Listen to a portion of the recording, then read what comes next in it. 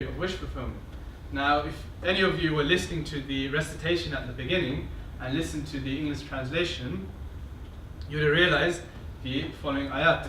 So Allah says, "And if you are in doubt about what we have sent upon our servant Muhammad ﷺ, then produce a surah like thereof and call upon your witnesses other than Allah if you should be truthful.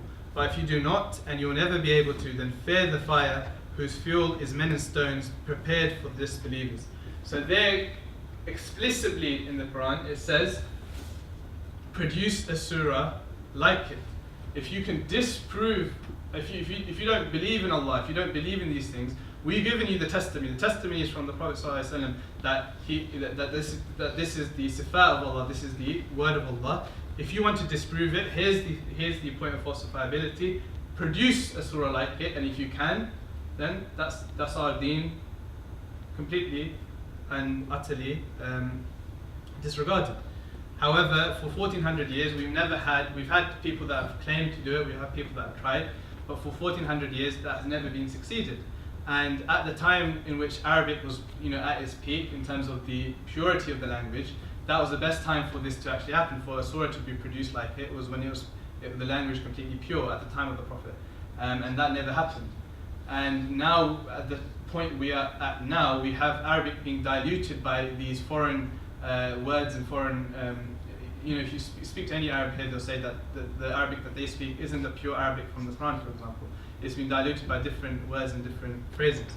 And so, if this wasn't going to be completed then, it's not necessarily going to be completed now. And so this falsifiable principle has lasted the test of time. And so to summarize, we've got a religion, the question is asked, why do you believe in God?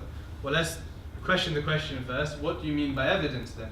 When you say why, what do you mean by evidence? Well, firstly, you believe in something called testimony, where you have faith that things are done by experiments and stuff, even though you haven't seen it. Secondly, you believe in something called inductive knowledge, so you believe in knowledge that's accumulated via faith. And thirdly, you want something that is falsifiable. Now we have the Quran, for example, which we know has given the opportunity to be falsified, and it hasn't. We have testimony being given from the Quran that the Prophet ﷺ said this is from Allah. And so you, as the individual asking the question, therefore have fit the criteria of all three of these things. You must believe in that point onwards. It's illogical for you then to say, prove to me the existence of Allah, because if anything, your belief system you should be the one explaining to me why you disbelieve in Allah, because you believe in testimony. We've got testimony. You believe in faith. Our religion is based upon faith. To believe in the angels, to believe in Jannah, Jahannam, it has to be inductive knowledge. It has to be faith. We don't have evidence of it there, and it is also falsifiable.